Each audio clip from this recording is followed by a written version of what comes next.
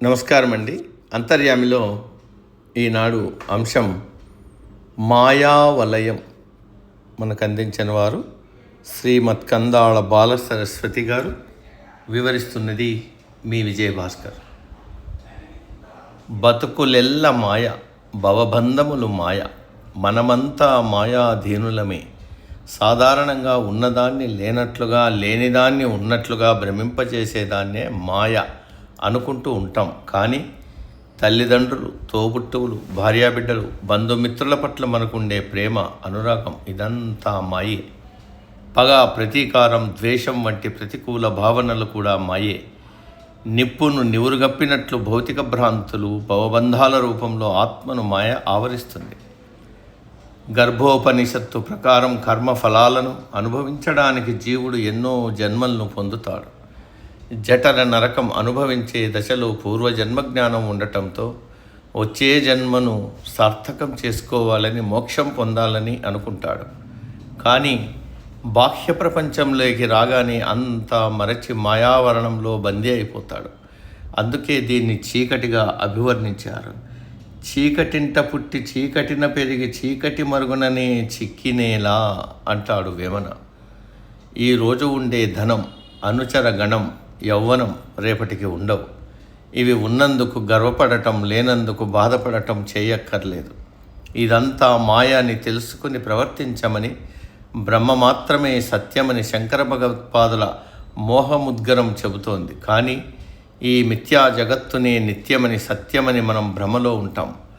జ్ఞాన సముపార్జనలో కలిగే అవరోధమైన ఈ మాయా వలయాన్ని ఛేదించడానికి ప్రతిరోజు ప్రయత్నిస్తూనే ఉండాలి.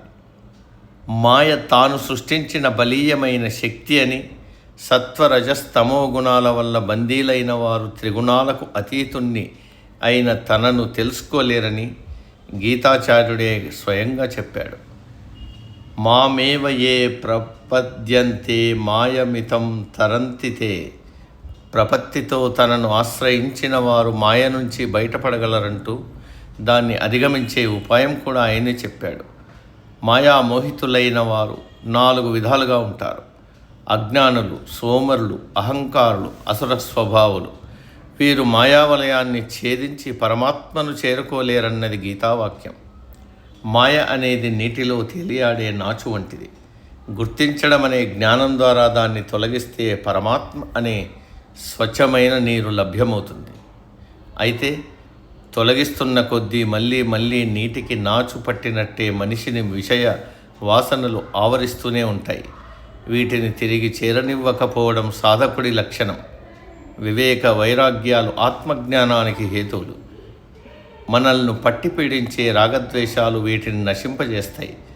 నిరంతర అధ్యయనం ద్వారా వివేక వైరాగ్యాలను పెంచుకోవచ్చు.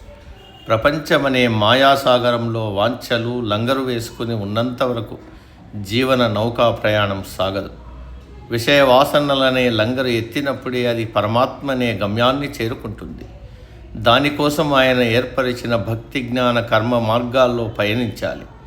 అలా వెళ్ళగలిగిన నాడు తిరిగి రావాల్సిన అవసరం ఉండదన్నది సద్గురువుల ఉపదేశం, విశ్వాసం.